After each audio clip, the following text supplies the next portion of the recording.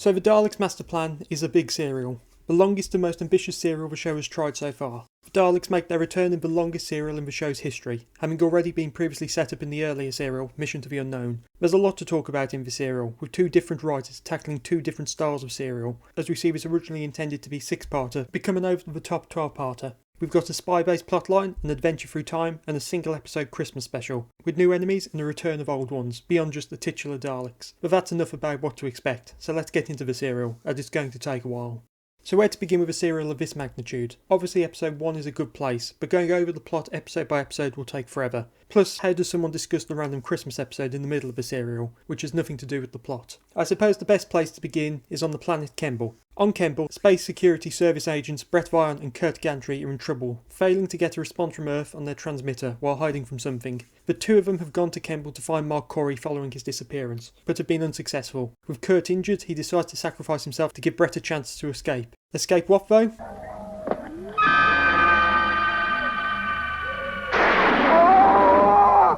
The Daleks, if it wasn't already obvious who the villains of this serial are. With this reveal, the TARDIS lands, giving the Doctor a chance to find some drugs by himself, but instead encounters Brett, who takes the TARDIS key so he can use the TARDIS to return to Earth. This plan of course fails as Stephen regains consciousness just enough to open the TARDIS doors allowing the Doctor to enter, with him taking Brett prisoner and putting him in a chair with a built-in force field to hold him in place. The Doctor returns to his quest to find some drugs for Stephen, but instead finds the Dalek city and therefore Daleks!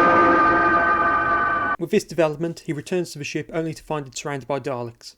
Fortunately, the group inside are able to escape, with Brett giving Katerina something to treat Stephen. By the time they've reunited, the Daleks are beginning Operation Inferno. During this, the Daleks are gathering their intergalactic council, with the last to arrive being Mavic Chen, the Guardian of Earth, who is pretending to be on holiday, so he can meet with the Daleks and the council. With him he has brought a full M of Terranium, the rarest mineral in the universe, and the core of the Daleks' new weapon, the Time Destructor. The Doctor manages to sneak into the meeting disguised as the delegate Zephon, who while attempting to free himself of his bindings causes a panic by setting off an alarm, which gives the Doctor a chance to steal the Terranium core. The trio alongside Brett are able to escape in Mavic Shen's spaceship, or as it's actually called, his Sparship. So that's a general overview of the first 2 episodes of the serial. It's a good setup for the next 10 episodes, introducing both the villains and key components of the serial, but Chen will really get his time in the spotlight as a villain in the following episodes. The next 3 episodes are a chase with the Daleks trying to regain the Terranium from the Doctor, but failing. We have one episode where the Daleks trap the Sparship on a prison planet, Desperus, but the group escape before the Daleks arrive to collect the Terranium. One with the group returning to Earth but have no allies due to the entire Space Security Service being turned against them. Another with them being trapped on the planet across the universe with the Daleks being in close pursuit, before finally returning to Kemble and escaping with the Terranium and the TARDIS, while also fooling the Daleks.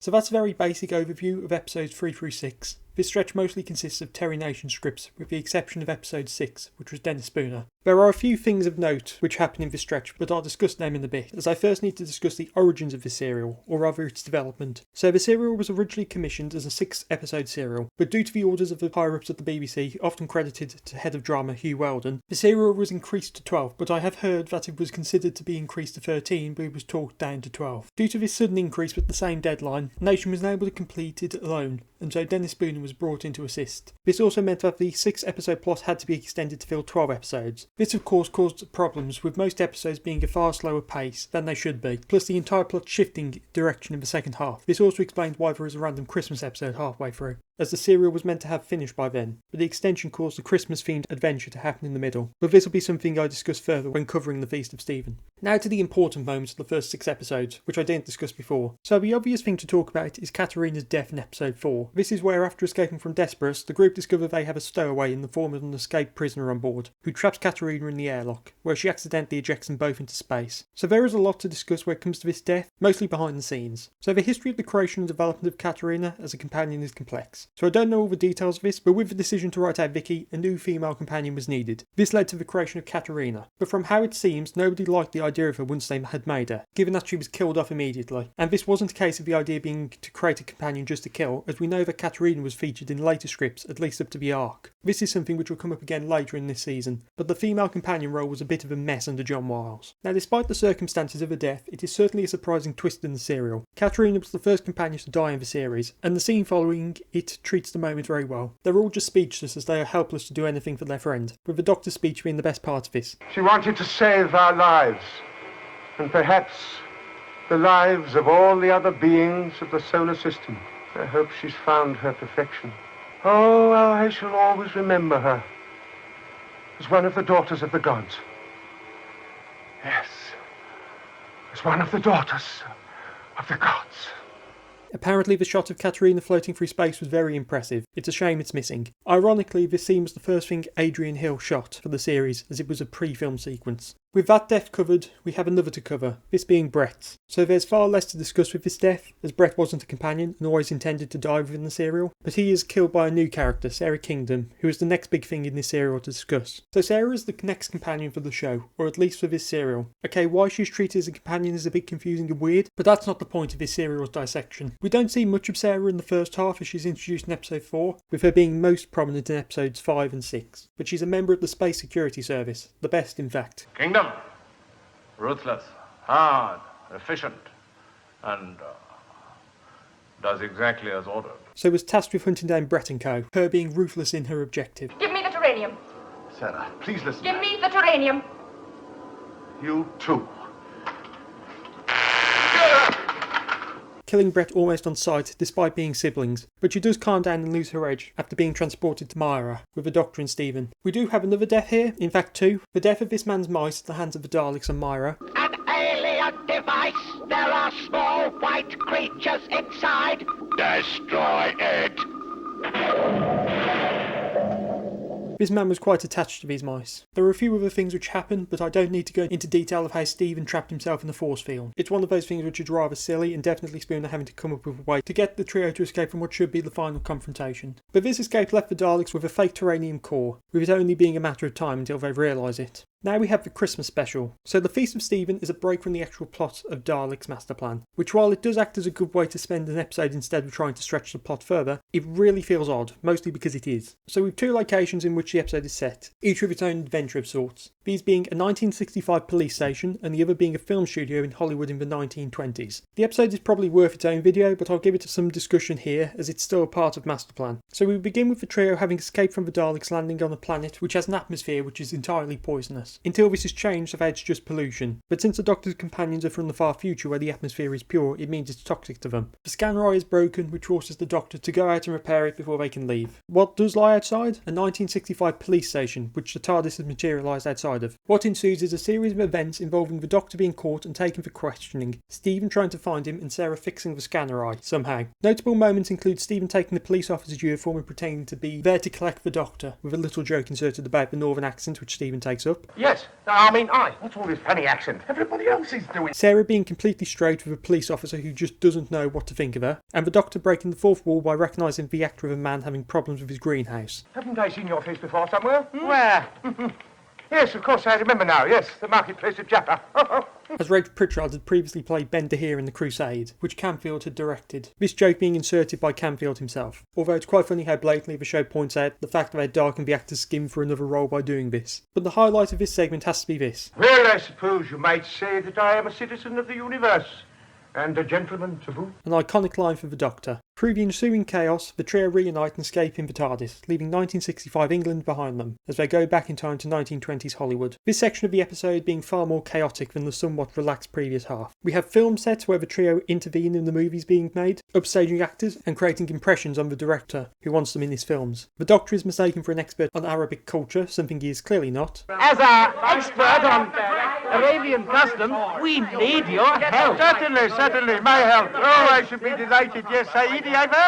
Should I say that Hartnell ad-lib this, or should I assume you either already know this, or are smart enough to figure it out? Either way, this was not in the script. Given how chaotic this section of the episode is, I won't be able to mention everything which happens, but we meet Charlie Chaplin and Bing Crosby. Stephen is chased around some hallways, having been mistaken for an actor. Sarah hides in a chest, and the Doctor, well, we've mentioned his contribution. The trio reunite as per before and escape from the chaos they've caused, which finally calms down when Professor Webster arrives, this being the man who the Doctor was mistaken to be. There's one final scene in the TARDIS in which the trio have a drink and toast to the Christmas season, as it was Christmas in 1965. What's this?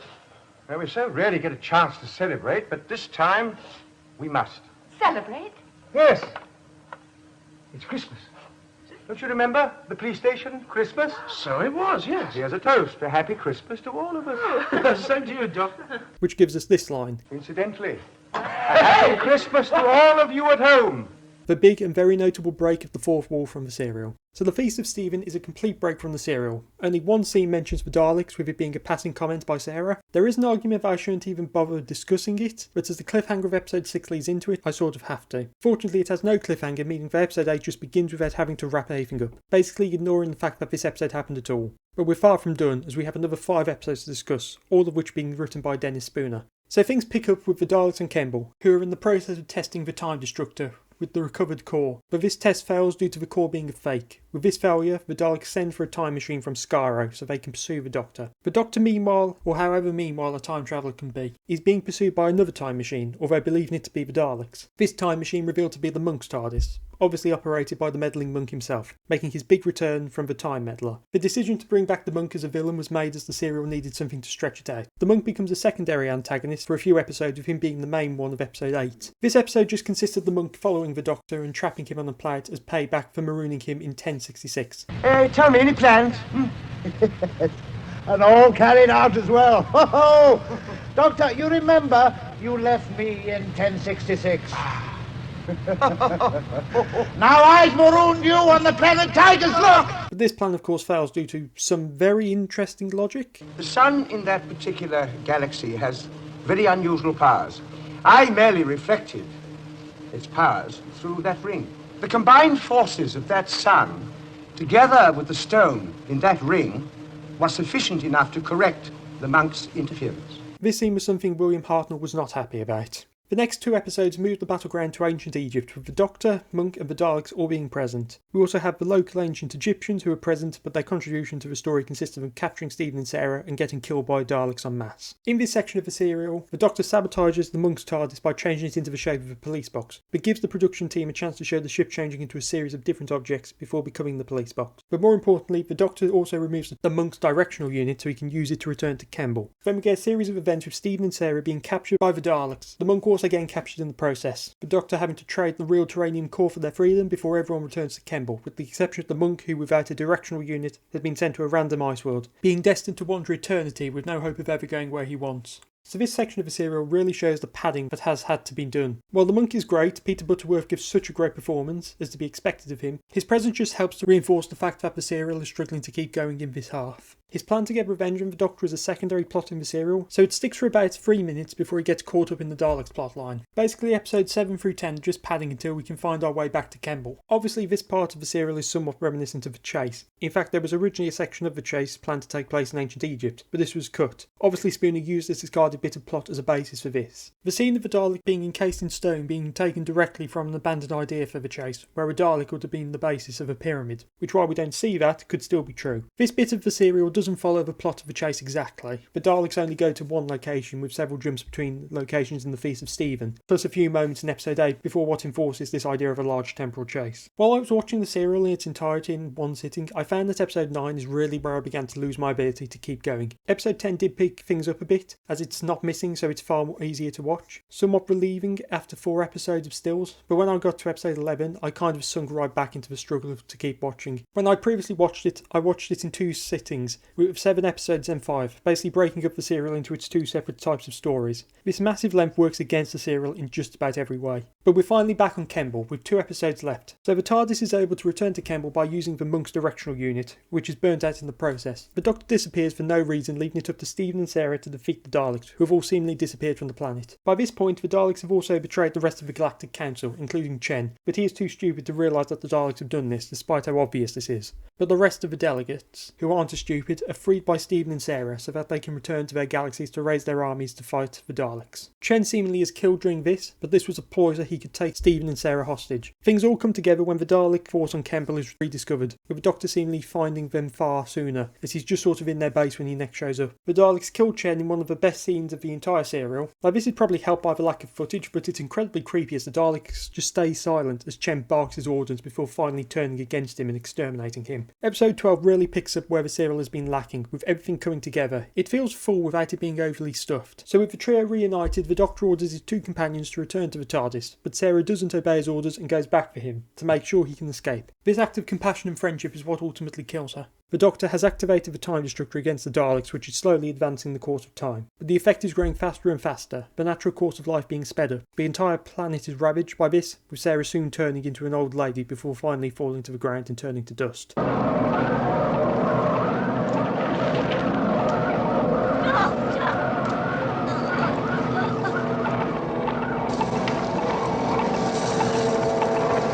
Sarah!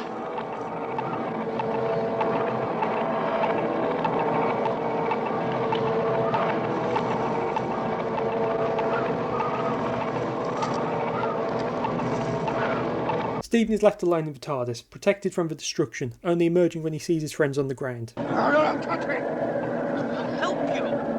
Get back to the ship! Get back! He reverses the time destructor, causing the Daleks to revert to embryos and becoming nothing. But the damage is done. Sarah is not revived and the planet is left in ruins, a dead desert world. The two survivors of this stand together, thinking of what's occurred and the many deaths of their friends. Let's go, Doctor. I've seen enough of this. Well, my boy, we finally rid this planet of Daleks. Brent! Katerina! Sarah. What a waste. What a terrible waste. It's such a powerful moment, the two of them finally returning to the TARDIS, leaving nothing but a dead world. So we finally reach the end of this massive serial. This has been annoying to discuss because there's just so much. Obviously a lot happens, but at the same time, not a lot. Quite a bit of what happens doesn't matter due to the amount of what is filler. The monk is just sort of there. The Doctor and co have to escape halfway through when the plot should be ending. Then there's of course the Christmas special, which just takes up an entire episode. But on the other hand, we have two companion deaths. Well, depending on how you define companion. Both Katerina and Sarah Kingdom are considered companions, but that often feels like a stretch to some fans. It's quite a mixed bag of a serial. Nation's Dalek serials so far have been fun, but can go on a bit too long, with this serial being the worst for that. Even with Dennis Spooner giving it his own spin, he's still restricted by the original idea. The monk definitely helps to pick things up a bit as he's incredibly entertaining, but it can only disguise the fact that the plot is at a standstill. This was reflected in the ratings as they did begin to dwindle as the serial went along, which does make sense. The audience were being burnt out by this 12-week story, not to mention the cast and crew were, but this was worsened by being broadcast during the latter part of Dalek Mania, where it was beginning to die down after a year just full of Dalek stuff. This serial is basically the embodiment of how overused the Daleks have become after their sudden boom. But like with Dalek Mania, we're not quite done yet. Obviously there's still stuff to discuss. First and foremost, how this serial relates to Mission to the Unknown. So being a continuation of that serial set on the same planet and featuring the same Daleks, it's obvious that things will be following those events, but there are several changes. The first change I'm going to note is how the Speaker of the Council for Mission to the Unknown, Malfa, has been sidelined completely. Obviously Chen has taken his place as the main non-Dalek villain, but I don't recall Malfa ever talking in the serial, with other council members becoming the voice of the council. It's not a major thing, but it's odd that he's sidelined like this. The two who speak for the council now are Trantis and Salation. Salaton is a new creation, having not appeared in Mission, but Trantis did, but weirdly he's been redesigned, going from a hunched over creature with odd tendrils on his face to a far more traditional humanoid looking creature with sharp teeth. We also have a redesign to the council chamber, but that seems more of a reasonable change given I doubt the Daleks were originally thinking of sitting when they made their base. There are a few minor things, but the general and overall continuity remains constant. There is a slight change to Mark Corey's message. This is Mark Corey, Special Security Service, reporting from the planet Kemble. This is Mark Corey, Special Security Agent, reporting from the planet Campbell. But it's fine. One thing which is strange about the Vargas, while they were the main threat for the first half of Mission to the Unknown, and were what led to the deaths of two members of the crew, they are basically missing from this serial. While they are mentioned near the beginning, they don't transform anyone. In fact, after episode 1 they're just gone. Mavic Chen is something big in this serial, which I haven't discussed much yet. Chen is a very interesting character who does suffer from the extreme length of the serial. He loses a lot of his threat as the serial proceeds. He goes from someone who wants more power than he has, with plans to overthrow the Daleks by keeping close to them, to someone who just doesn't get the message that the Daleks have turned on him. In episodes 9 and 10 especially, it feels like Chen is just there because he's going to be important again later. The Daleks take him with them to recover the core in their time machine, but the reasoning is a bit weak as he isn't a necessary part of the process of the recovery process. Given that he wasn't necessary the first time they recovered it, he feels like he's become a very stupid, moustache-twirling villain as the serial gets beyond the breaking point in terms of length. There is one other thing about Chen which has to at least be mentioned, that being the use of yellowface. At least I think that's it. So obviously Kevin Stoney is a Caucasian actor, but he's not playing a Caucasian role, but still a human one. Harden is the last thing I want to talk about in this. He's giving a stronger performance as ever, with his usual few stumblings. I had to hand the real Terranium core over to Mavic Chen. but he was basically written out of the last 2 episodes. As I said before, the Doctor just sort of disappears during episode 11 then randomly shows up in episode 12. Is it clearly his role being lessened in these final 2 episodes? Who knows why. Maybe it was due to his health, or perhaps it could have been out of spite by John Wiles. It is clear that Hartnell was somewhat unwell during production, as in episode 9 he clearly has a sore throat. Seventh wonder of this ancient world, I should say the word impressive is rather an understatement. Yes, you could be right.